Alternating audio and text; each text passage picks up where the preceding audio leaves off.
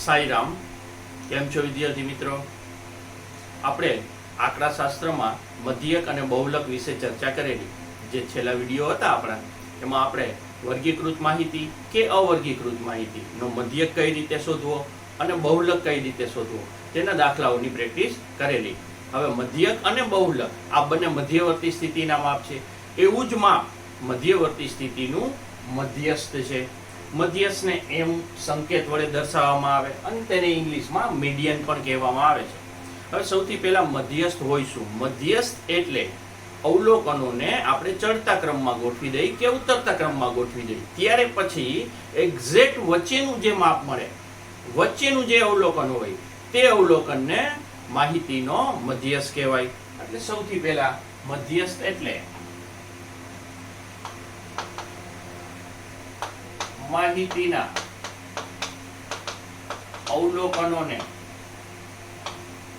ચડતા કે ઉતરતા ક્રમમાં ગોઠવતા બરાબર મધ્યમાં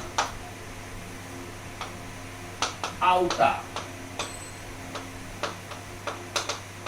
અવલોકનને મધ્યસ્થ કહે છે.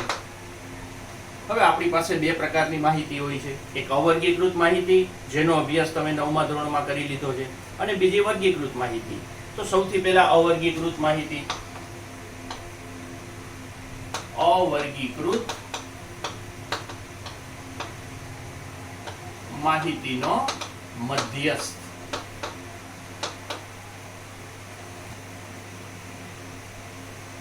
અવર્ગીકૃત માહિતીનો મધ્યસ્થ. અવર્ગીકૃત માહિતી કેને કહેવાય? જે અવલોકનો વર્ગીકરણ કરવામાં નથી આવતું, એટલે કે આપણે તેને વર્ગીકૃત નથી કરતા, તેનું કોષ્ટક બનાવી અને વર્ગ અને આવૃત્તિ સ્વરૂપે નથી લખતા, તેવી માહિતી છે એ અવર્ગીકૃત માહિતી છે. અને તેનો મધ્યસ્થ કઈ રીતે શોધવો, તો તે આપણે 9મા ધોરણમાં ઓલરેડી અભ્યાસ કરી લીધો છે. આપણે રિપીટ કરી લઈએ એકવાર. સૌથી પહેલા અવર્ગીકૃત માહિતી છે, તેમાં જો અવલોકનોની સંખ્યા એટલે કે n અયુગ્મ હોય, અવલોકનોની સંખ્યા અયુગ્મ હોય, મતલબ આપણી પાસે જે અવલોકનો છે તેની સંખ્યા એકી હોય, એકી સંખ્યામાં અવલોકન હોય, ત્યારે મધ્યસ્થ શોધવાનું સૂત્ર છે મધ્યસ્થ m બરાબર n+1/2, એટલે કે n + 1/2 મૂ અવલોકન. આ અવર્ગીકૃત માહિતીમાં જ્યારે અવલોકનની સંખ્યા અયુગ્મ હોય ત્યારે આ રીતે મધ્યસ્થ મળશે. જેમ કે દાખલા તરીકે આપણી પાસે અવર્ગીકૃત માહિતી છે 2, 8, 3, 5 અને 4. આ વર્ગીકૃત માહિતીના 5 અવલોકન છે. આપણી પાસે ટોટલ કેટલા અવલોકન છે? 5 અવલોકન છે. સૌથી પહેલું કામ શું કરવાનું છે મધ્યસ્થ ગોતવામાં? માહિતીના જે અવલોકનો છે એને ચડતા કે ઉતરતા ક્રમમાં ગોઠવવામાં આવે. તો આને ચડતા કે ઉતરતા ક્રમમાં આપણે ગોઠવી નાખશું. આપણે આને ચડતા ક્રમમાં ગોઠવી નાખીએ.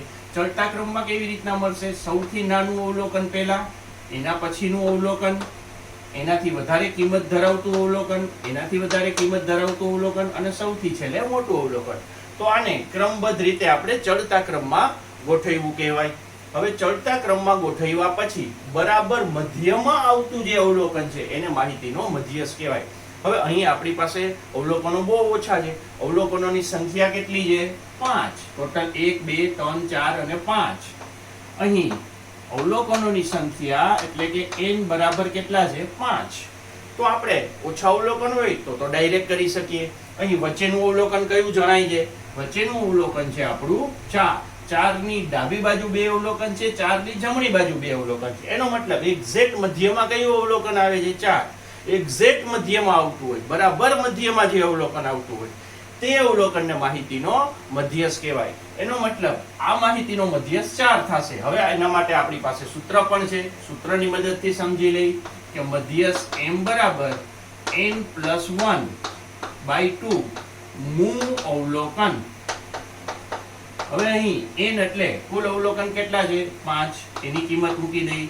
5 વત્તા 1 ના છેદમાં 2 મું અવલોકન. એનો મતલબ 5 ને 1 6, 6 ના અડધા 3, 3 મું અવલોકન અથવા ત્રીજું અવલોકન. ત્રીજું જે અવલોકન હશે તે માહિતીનો મધ્યસ્થ થશે. આમાં ત્રીજું અવલોકન કયું આવશે? પહેલું, બીજું અને ત્રીજું. ત્રીજું અવલોકન આવશે 4. એટલે આ રીતે માહિતીનો મધ્યસ્થ મળે છે. ત્યારબાદ હવે જો અવલોકનોની સંખ્યા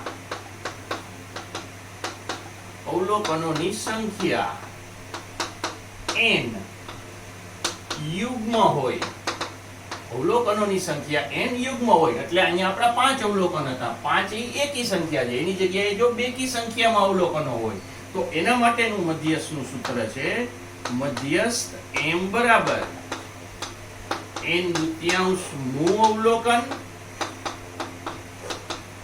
પ્લસ n દુત્યાંશ પ્લસ 1 મું અવલોકન અને છેદમાં 2. હવે આનો એક્ઝામ્પલ દ્વારા સમજી લઈએ. દાખલા તરીકે આપણી પાસે અવલોકનો છે 2, 8, 3, 5, 4 અને 6. આટલા અવલોકનો છે આપણી પાસે.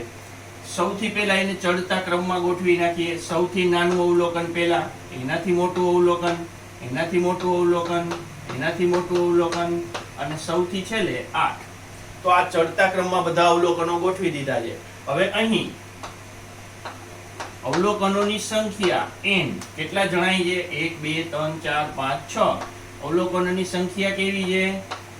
અવલોકનોની સંખ્યા યુગ્મ છે. યુગ્મ હોય ત્યારે આ સૂત્ર નહીં આવે, યુગ્મ હોય ત્યારે આ સૂત્ર આવે. આ સૂત્રની મદદથી આપણે મધ્યસ્થ શોધીએ તો સૌથી પહેલા n દુત્યાંશમાં અવલોકન, એટલે અહીં n કેટલા છે? અવલોકનોની સંખ્યા 1, 2, 3, 4, 5, 6, એટલે કે n બરાબર કેટલા છે? 6. તો 6 ના છેદમાં 2 મું અવલોકન વત્તા n દુત્યાંશ પ્લસ 1. જો અહીં n પ્લસ 1 ના છેદમાં 2 નથી, પણ n દુત્યાંશ અને પછી એમાં પ્લસ 1 કરવાનું છે. એનો મતલબ 6 ના છેદમાં 2 કરી અને પછી 1 એમાં ઉમેરવાનું છે. મું અવલોકન અહીં એવું નથી. અહીં શું છે કે અંશમાં n પ્લસ 1 છે, અહીં અંશમાં માત્ર n છે અને એનો 2 વડે ભાગાકાર કરી અને પછી પ્લસ 1 કરવાનું છે. અહીં એવું નથી. અહીં પહેલા આપણે જેટલા અવલોકનો હોય એમાં 1 ઉમેરીને પછી 2 વડે ભાગવાનું છે. 5 અવલોકન હોય તો એમાં 1 ઉમેરવાનો છે. 5 ને 1 6, પછી એને 2 વડે ભાગવાનું છે એટલે 3 આવે. અહીં એવું નથી. એટલે ધ્યાન રાખજો. 6 ના અડધા કેટલા થશે? 3. એટલે કે ત્રીજું અવલોકન. અહીં સૌથી પહેલા છેદમાં 2 આવશે. હવે 6 ના અડધા કેટલા થશે? 3. તો કે ત્રીજું અવલોકન વત્તા 6 ના અડધા 3 વત્તા 1. 3 વત્તા 1 કેટલા થાય? 4. એટલે કે ચોથું અવલોકન એના અડધા. હવે આમાં આપણે ત્રીજું અવલોકન કયું છે? પહેલું, બીજું અને ત્રીજું અવલોકન. ત્રીજું અવલોકન છે 4 વત્તા ચોથું અવલોકન. આમાં ચોથું અવલોકન કયું છે? 5. તો એનો સરવાળો, ત્રીજું અવલોકન અને ચોથું અવલોકન એનો સરવાળો, એના અડધા. 5 ને 4 9. 9 ના અડધા કેટલા થશે? 4.5. તો આ માહિતીનો મધ્યસ્થ થશે 4.5. એટલે જ્યારે યુગ્મ સંખ્યા હોય ત્યારે વચ્ચે 2 અવલોકન આવશે. યુગ્મ સંખ્યામાં વચ્ચે 2 આવશે. અયુગ્મ સંખ્યામાં વચ્ચે એક જ અવલોકન આવશે. યુગ્મ સંખ્યામાં જો આ 2 અવલોકનની ડાબી બાજુ 2 અવલોકન છે અને આની જમણી બાજુ પણ સરખી સંખ્યામાં, એટલે કે 2 અવલોકનો છે. તો આ બંનેની સરેરાશ મધ્યસ્થ થાય. મતલબ કે આ બંનેનો સરવાળો એના અડધા. અને એના માટે આ થિયરીનું સૂત્ર પણ છે. તો આટલી બાબત સૌથી પહેલા નોંધી લ્યો. આ છે અવર્ગીકૃત માહિતીનો મધ્યસ્થ. હવે આપણે જે કરવાનું છે, જે 10મા ધોરણમાં ઉપયોગી પ્રશ્નો છે, એ છે વર્ગીકૃત માહિતીનો મધ્યસ્થ. વર્ગીકૃત માહિતીનો મધ્યસ્થ. તો વર્ગીકૃત માહિતીના મધ્યસ્થ માટે આપણી પાસે સૂત્ર છે વર્ગીકૃત માહિતીનો મધ્યસ્થ. તો મધ્યસ્થ માટે એક સૂત્ર છે આપણી પાસે. મધ્યસ્થ m બરાબર l વત્તા n દુત્યાંશ માઇનસ cf છેદમાં f ગુણ્યા h. હવે n, cf, f, h અને l શું છે તે આપણે કોષ્ટકની મદદથી નક્કી કરશું. અત્યારે આ સૂત્ર લખી નાખી અને તેના વિશે જે L, F, CF, H અને N શું છે તે બાબત લખી નાખી. સૌથી પહેલા અહીં L એટલે મધ્યસ્થ વર્ગની અધસીમા થશે. એના પછી H શું છે એ આપણે જાણી જઈએ. H નો મતલબ છે વર્ગ લંબાઈ. એના પછી N નો મતલબ શું છે કુલ આવૃત્તિ, અને જેને આપણે મધ્યકના દાખલાની ગણતરીમાં સિગ્મા FI પણ કહી છીએ. એના પછી F શું છે? F છે મધ્યસ્થ વર્ગની આવૃત્તિ, અને CF છે એને કહેવાય સંચય આવૃત્તિ. CF છે મધ્યસ્થ વર્ગની આગળના વર્ગની સંચયી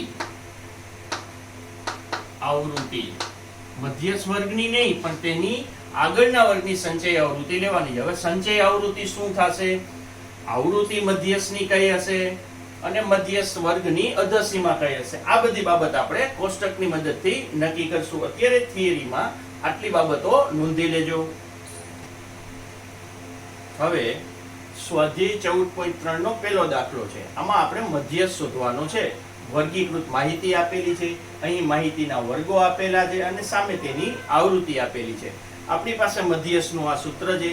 મધ્યસ્થ m મળશે આપણને L વત્તા n દુત્યાંશ ઓછા CF ના છેદમાં F ગુણ્યા H. હવે આ બધી માહિતી કેવી રીતના મળશે? સૌથી પહેલા મધ્યસ્થ વર્ગ ગોતવો પડશે. મધ્યસ્થ વર્ગની અધસીમા મળશે તેના પરથી. કુલ આવૃત્તિ એટલે કે n, મધ્યસ્થ વર્ગની આવૃત્તિ એને આપણે F કહેશું. મધ્યસ્થ વર્ગની આગળના વર્ગની સંચય આવૃત્તિ. હવે સંચય આવૃત્તિ કેવી રીતના મળશે એ કોષ્ટક ઉપરથી હમણાં સમજીએ. અને સૌથી છેલ્લે વર્ગ લંબાઈ. આટલી બધી માહિતી કોષ્ટક પરથી મેળવવાની છે.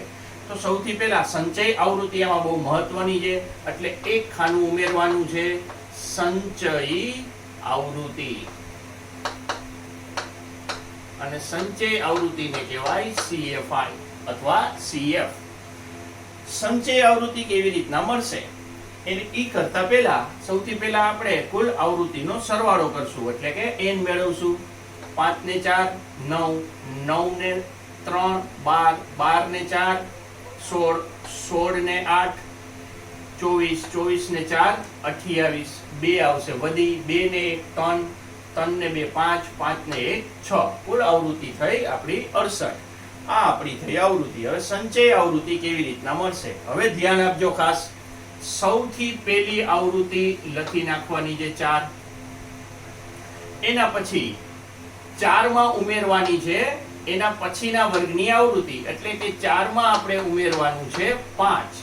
જે જવાબ આવશે એ બીજા વર્ગની સંચય આવૃત્તિ થશે. પહેલા વર્ગની સંચય આવૃત્તિ જે આપેલી છે આવૃત્તિ એ જ આવૃત્તિ લખી નાખવાની છે. બીજા વર્ગની સંચય આવૃત્તિ કેવી રીતના મળશે? તો તેના પછીના વર્ગની આવૃત્તિ ઉમેરવાથી બીજા વર્ગની સંચય આવૃત્તિ મળે. એટલે કે 4 માં કેટલા ઉમેર્યા? 5, એટલે 9 મળશે. હવે 9 માં ઉમેરવાના છે તેના પછીના વર્ગની આવૃત્તિ, એટલે કે 9 વત્તા 13. 13 ને 9 કેટલા થશે? 22. એ ત્રીજા વર્ગની સંચય આવૃત્તિ થઈ. આ પહેલા વર્ગની સંચય આવૃત્તિ, બીજા વર્ગની, ત્રીજા વર્ગની. હવે 22 માં એના પછીનો વર્ગ, એટલે કે જે ત્રીજો વર્ગ છે એના પછી ચોથો જે વર્ગ આવે એ ચોથા વર્ગની આવૃત્તિ ઉમેરવામાં આવે. 22 વત્તા 20 એટલે આપણને મળશે 42. એના પછીના વર્ગની સંચય આવૃત્તિ મળી ગઈ. હવે એના પછીના વર્ગની સંચય આવૃત્તિ મેળવવા માટે તેમાં ઉમેરવાનો છે પછીના વર્ગની આવૃત્તિ. પછીના વર્ગની આવૃત્તિ છે 14. હવે આ બંનેનો સરવાળો કેટલો આવશે? 4 ને 2 6, 56. આ આવી 56 સંચય આવૃત્તિ. હવે એના પછીના વર્ગની સંચય આવૃત્તિ મેળવવા માટે આપણે તેમાં આવૃત્તિ ઉમેરવાની છે. 56 અને 8 થશે 64. અને 64 માં સૌથી છેલ્લા વર્ગની સંચય આવૃત્તિ મળશે. છેલ્લા વર્ગમાં 4 આવૃત્તિ ઉમેરવાથી, એટલે કે 68. આપણો આવૃત્તિનો સરવાળો કેટલો છે? 68. એ અહીં 68 આવશે. કેમ કે આપણે અહીં આવૃત્તિનો સરવાળો જ કરી છે, પણ એક એક આવૃત્તિ ઉમેરી અને પછી સરવાળો મેળવી છે. એટલે આ થઈ ગઈ સંચય આવૃત્તિ. હજી એકવાર રિપીટ કહી દઉં છું કે સંચય આવૃત્તિ કેવી રીતના મળશે. પહેલા વર્ગની આવૃત્તિ લખી નાખવાની છે. પહેલા વર્ગની જે આવૃત્તિ છે એ જ પહેલા વર્ગની સંચય આવૃત્તિ થશે. હવે બીજા વર્ગની સંચય આવૃત્તિ આ 9 કેવી રીતના મળી? તો પહેલા વર્ગની જે આપણને સંચય આવૃત્તિ મળી તેમાં બીજા વર્ગની આવૃત્તિ એડ કરવાની છે, ઉમેરવાની છે. 4 + 5 એટલે આવશે 9. આ જે બીજા વર્ગની સંચય આવૃત્તિ આવી તેમાં આપણે ઉમેરવાનું છે ત્રીજા વર્ગની આવૃત્તિ. આ ત્રીજા વર્ગની આવૃત્તિ છે તે 9 માં ઉમેરી દે એટલે કે 9 અને 13 થશે 22. એ ત્રીજા વર્ગની સંચય આવૃત્તિ આવશે. ત્રીજા વર્ગની સંચય આવૃત્તિમાં ચોથા વર્ગની આવૃત્તિ ઉમેરી દે 22 અને 20 એટલે જવાબ આવશે 42. એ ચોથા વર્ગની સંચય આવૃત્તિ. ચોથા વર્ગની સંચય આવૃત્તિમાં પાંચમા વર્ગની આવૃત્તિ ઉમેરી દે એટલે કે 42 + 14 એટલે કે 56. એ પાંચમા વર્ગની સંચય આવૃત્તિ મળે. પાંચમા વર્ગની સંચય આવૃત્તિમાં છઠ્ઠા વર્ગની આવૃત્તિ ઉમેરી દે 56 + 8 64. એ છઠ્ઠા વર્ગની સંચય આવૃત્તિ મળશે. અને છઠ્ઠા વર્ગની સંચય આવૃત્તિમાં સાતમા વર્ગની આવૃત્તિ ઉમેરી દે એટલે સાતમા વર્ગની સંચય આવૃત્તિ મળે. આ રીતે બધા વર્ગની સંચય આવૃત્તિ મળશે. આટલું સમજાઈ ગયું? હવે આપણે સૂત્રની અંદર જે જરૂરી બાબતો છે તે નોંધી લઈ. સૌથી પહેલા મધ્યસ્થ વર્ગ કહેશું કે ને મધ્યસ્થ વર્ગ મળે કઈ રીતે? તો મધ્યસ્થ વર્ગ શોધવા માટે મધ્યસ્થ વર્ગ શોધવા માટે આપણે n દુત્યાંશ કરવાનું છે. અહીં n કેટલા છે? 68. 68 ના અડધા એટલે આવશે 34. 34મું અવલોકન છે ઈ જે વર્ગમાં આવે. 34મું અવલોકન જે વર્ગમાં આવે તે વર્ગ મધ્યસ્થ વર્ગ થાય. હવે 34મું અવલોકન કયા વર્ગમાં આવે એ કેમ ખબર પડશે?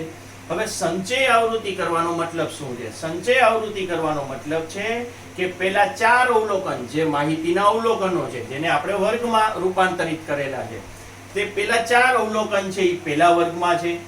પાંચમું અવલોકન થી 9મા અવલોકન સુધીના અવલોકનો બીજા વર્ગમાં છે. 10 થી શરૂ કરીને 22 સુધીના અવલોકનો ત્રીજા વર્ગમાં છે. 23 થી શરૂ કરી અને 42 સુધીના અવલોકનો છે એ ચોથા વર્ગમાં છે. 43 થી શરૂ કરી 56 સુધીના અવલોકનો છે એ પાંચમા વર્ગમાં છે. 57 થી શરૂ કરી 64 સુધીના અવલોકનો છે એ છઠ્ઠા વર્ગમાં છે. અને 65, 66, 67 અને 68 છેલ્લા 4 અવલોકનો છે એ સાતમા વર્ગમાં છે. તો ખ્યાલ આવી ગયો કે કયા અવલોકનો આપણે કયા વર્ગમાં છે તે જાણી શકીએ સંચય આવૃત્તિની મદદથી. કયું અવલોકન છે એ કયા વર્ગમાં છે એ સંચય આવૃત્તિ એનો જવાબ આપશે. તો આપણે મધ્યસ્થ છે એ કયા વર્ગમાં હશે? મધ્યસ્થ હશે n દુત્યાંશનું અવલોકન હશે તે વર્ગમાં હશે. n દુત્યાંશ એટલે અહીં n કેટલા છે? તો કે n છે 68. 68 ના અડધા એટલે કે 34મું અવલોકન જે વર્ગમાં આવેલું હોય તે આપણો મધ્યસ્થ વર્ગ થશે. તો 34મું અવલોકન કયા વર્ગમાં આવશે? તો અહીં પેલા 4 અવલોકન આ વર્ગમાં છે. 5 થી 9 સુધીના અવલોકન આ વર્ગમાં છે. પછી 10 થી 22 સુધીના અવલોકન આ વર્ગમાં છે. પછી 23 થી 42 સુધીના અવલોકન આ વર્ગમાં છે. 23 થી શરૂ કરી અને 42 સુધીના અવલોકનો ચોથા વર્ગમાં છે જે આપણો મધ્યસ્થ વર્ગ છે. આપણું 34મું અવલોકન કેમાં આવશે? 34મું અવલોકન આવશે આમાં 23 થી 42 સુધીના અવલોકન આ વર્ગમાં છે. આ જે વર્ગ છે તેમાં અહીંયા 42 છે. 42 નો મતલબ કે એની ઉપર 22 આપ્યું છે. એનો મતલબ કે 22 પછીના એટલે કે 23 થી ક્યાં સુધી? 42 સુધીના અવલોકનો આ વર્ગમાં છે. માટે આપણો મધ્યસ્થ વર્ગ કયો થશે? મધ્યસ્થ વર્ગ થશે 125 થી 145. હવે આ વર્ગની અધસીમા કઈ થશે? જે નાની કિંમત છે એ અધસીમા છે 125. n બરાબર છે 68. હવે મધ્યસ્થ વર્ગની આવૃત્તિ. મધ્યસ્થ વર્ગની આવૃત્તિ કેને કહેવાય? આ મધ્યસ્થ વર્ગ થયો એની સામે જે આવૃત્તિ આપેલી છે તે મધ્યસ્થ વર્ગની આવૃત્તિ થશે. એટલે મધ્યસ્થ વર્ગની આવૃત્તિ થશે આપણે 20. મધ્યસ્થ વર્ગની સામે જે આવૃત્તિ આપેલી છે તે આપણી મધ્યસ્થ વર્ગની આવૃત્તિ થશે. હવે સંચય આવૃત્તિ લખવાની જે CF એ મધ્યસ્થ વર્ગની સંચય આવૃત્તિ નથી લખવાની, આ સંચય આવૃત્તિ નથી લખવાની, પણ મધ્યસ્થ વર્ગની આગળના વર્ગની સંચય આવૃત્તિ લખવાની છે. મધ્યસ્થ વર્ગની આગળનો વર્ગ થયો આ, અને એની આગળના વર્ગની સંચય આવૃત્તિ કઈ થશે 22. તો આપણે લખવાની છે મધ્યસ્થ વર્ગના આગળના વર્ગની સંચય આવૃત્તિ, એટલે CF આવશે 22 અને વર્ગ લંબાઈ h. અહીં વર્ગ લંબાઈ કેટલી છે 65 થી 85, 85 થી 105 સમાન વર્ગ લંબાઈ છે. 85 ઓછા 65 કરો એટલે જવાબ મળશે 20, એટલે કે વર્ગ લંબાઈ 20. એટલે આપણે આ મધ્યસ્થના સૂત્ર માટે જે જરૂરી બાબતો હતી તે બધી કોષ્ટક ઉપરથી મેળવી લીધી. હવે આની ગણતરી કરવાની છે. હવે આપણે આ બધી કિંમત છે એ સૂત્રમાં મૂકી દઈ. સૌથી પહેલા L. મધ્યસ્થમાં L નો મતલબ થાય મધ્યસ્થ વર્ગની અધસીમા, અને એ કેટલી છે 125 વત્તા n દુત્યાંશ. n કેટલા છે 68, 68 ભાગ્યા 2 માઈનસ CF. CF કેટલા છે 22 છેદમાં F કેટલા છે 20 અને H કેટલા છે 20. આ બધી કિંમત મૂકી દઈ. બરાબર 125 વત્તા અહીં આવશે 68 ના અડધા 34 ઓછા 22 છેદમાં આવશે 20 ગુણ્યા 20. આ 20 છેદમાં અને 20 અંશમાં એ બે ઉડી જશે. આ બે વચ્ચે ગુણાકારનો સંબંધ છે એટલે છેદ ઉડે. ઉપર નીચે આ બે માંથી એક પણ સાથે છેદ ન ઉડે, કારણ કે અહીં વચ્ચે માઈનસ છે. જો અહીં ગુણાકાર હોત તો 20 નો છેદ ઉડત ઉપર, પણ આમાં નહીં ઉડે.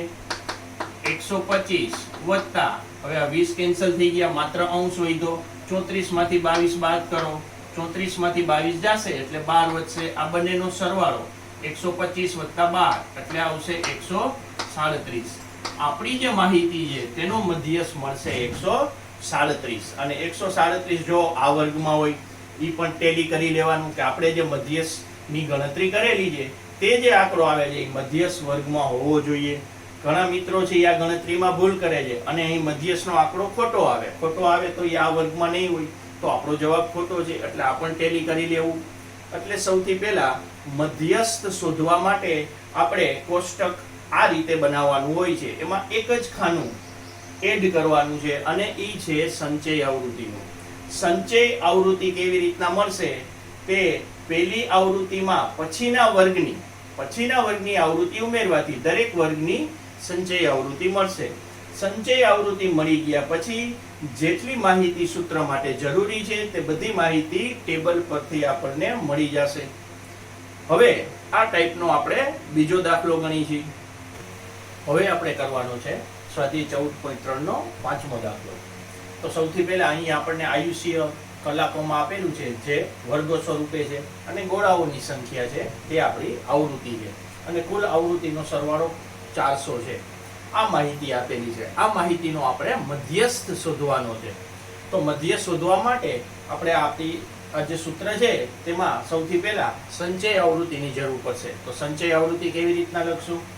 સૌથી પહેલો જે વર્ગ છે 1500 થી 2000 તેની સંચય આવૃત્તિ થશે 14. પહેલા વર્ગની જે આવૃત્તિ હોય એ જ પહેલા વર્ગની સંચય આવૃત્તિ થશે. હવે બીજા વર્ગની સંચય આવૃત્તિ કેવી રીતના મળશે? આ જે 14 છે તેને ઉમેરવાના છે બીજા વર્ગની આવૃત્તિમાં, એટલે બીજા વર્ગની સંચય આવૃત્તિ મળશે. આ બેનો સરવાળો 6 ને 4 10, 5 ને 1 6 ને 1 7, એટલે બીજા વર્ગની સંચય આવૃત્તિ થશે 70. આ વર્ગની સંચય આવૃત્તિ 70. તેના પછીના વર્ગની સંચય આવૃત્તિ, તેના માટે પછીના વર્ગનો આવૃત્તિ છે એ ઉમેરવાની છે. 70 અને 60 નો સરવાળો થશે 130. 130 માં આપણે 86 ઉમેરી એટલે 6 વત્તા 0 એટલે 6. 13 અને 8 22, 226. એના પછીના વર્ગની સંચય આવૃત્તિમાં 75 એડ કરવા 74 એડ કરવાના છે. 6 ને 4 10, 7 ને 2 9 ને 1 10, અહીંયા આવશે 300. 300 માં ઉમેરી દઈએ આપણે 62, એટલે પછીના વર્ગની સંચય આવૃત્તિ મળશે 362, અને એમાં ઉમેરી દઈ 48, એટલે આવશે આપણો જવાબ 400. જો અહીં આવૃત્તિનો સરવાળો કેટલો થાય છે 400, આપણે એક એક આવૃત્તિ ઉમેરી દઈએ તો છેલ્લે કેટલા આવવા જોઈએ? છેલ્લે આવવા જોઈએ 400. એટલે આ રીતે આપણને સંચય આવૃત્તિ મળી જશે. સંચય આવૃત્તિ ખાસ ધ્યાન આપવી, કારણ કે જો આમાં ભૂલ પડશે તો આખો દાખલો ખોટો પડી શકે છે. એટલે સૌથી પહેલું કામ કરવાનું છે સંચય આવૃત્તિ શોધવાનું. હવે એના પછીનું કામ, હવે મધ્યસ્થ કયા વર્ગમાં હશે એ મધ્યસ્થનો વર્ગ આપણે શોધવાનો છે. મધ્યસ્થનો વર્ગ શોધવા માટે શું કરવાનું છે?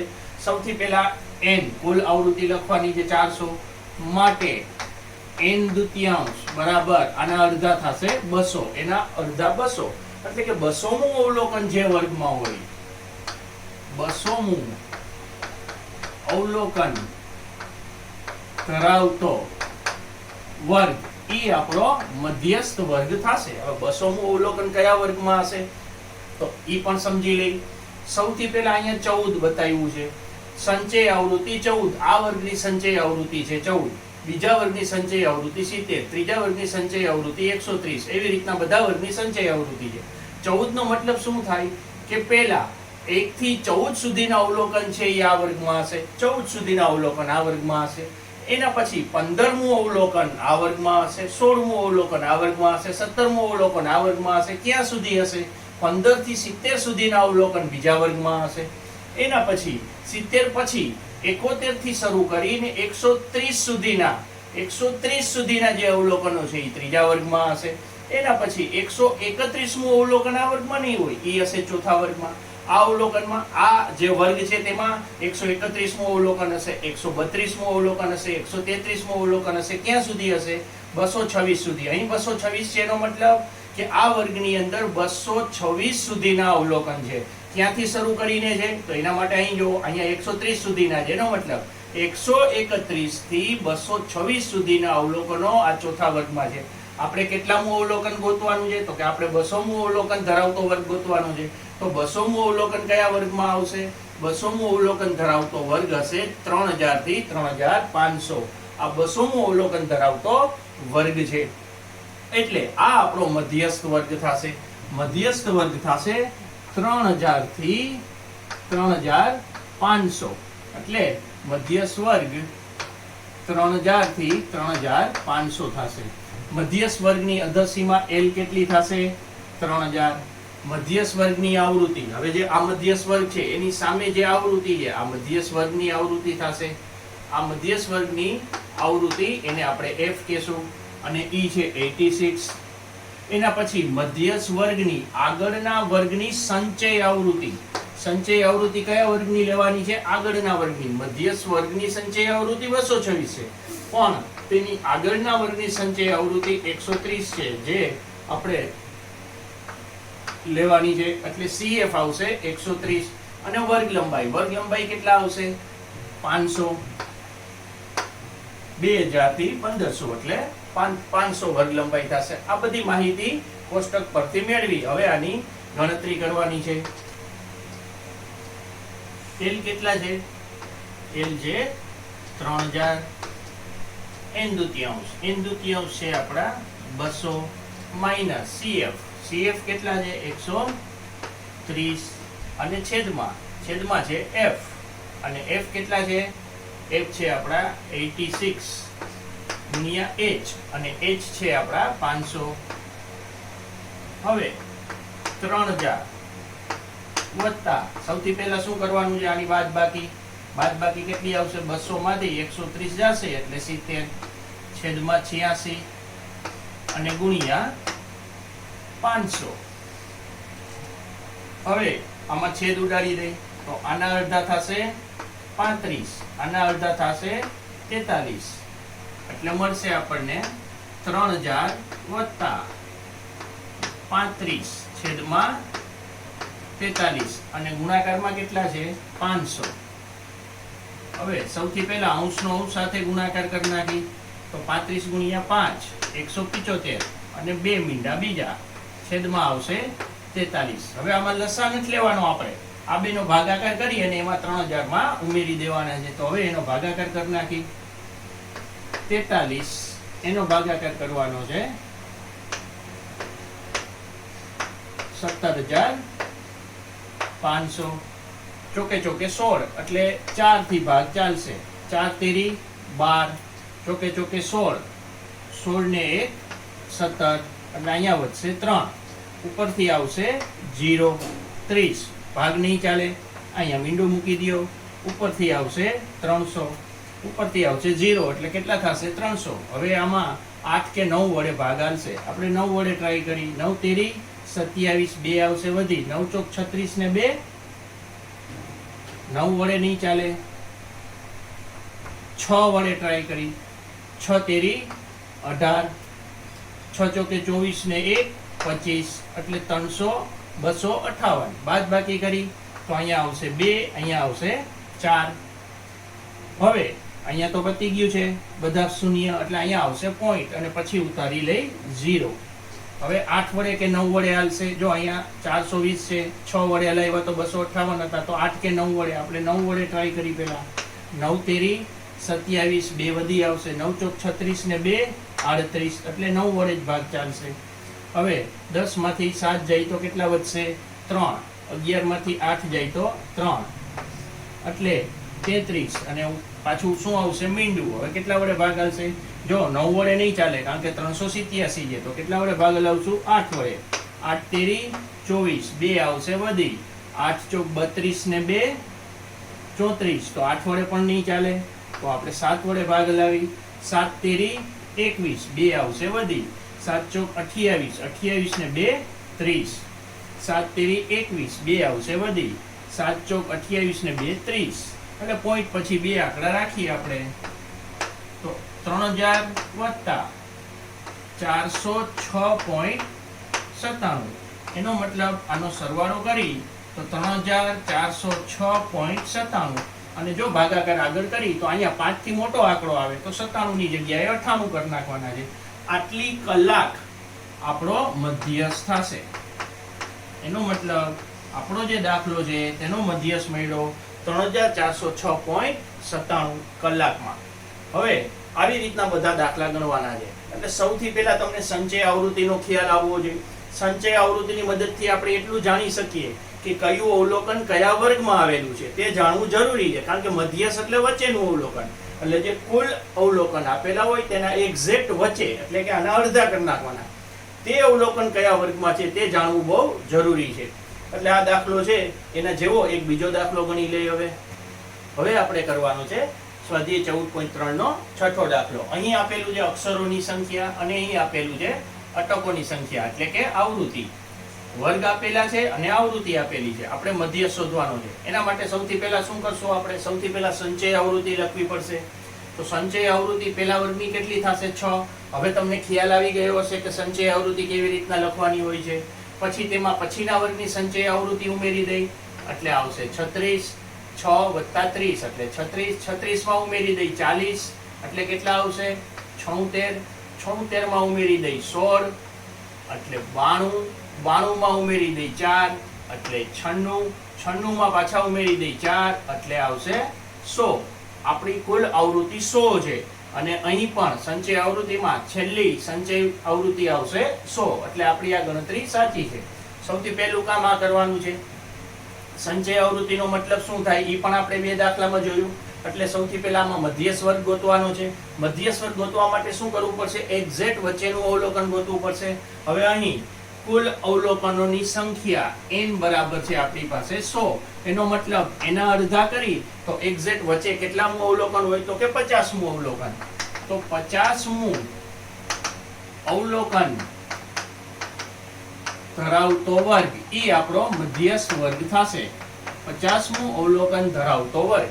50મું અવલોકન કયા વર્ગમાં આવશે, આ જે પહેલો વર્ગ છે એમાં 1 થી 6 અવલોકન છે, બીજો વર્ગ છે એમાં 7 થી 36 સુધીના અવલોકન છે. આપણે 50મું અવલોકન જોઈ છે, એટલે એના પછીના વર્ગમાં આવશું.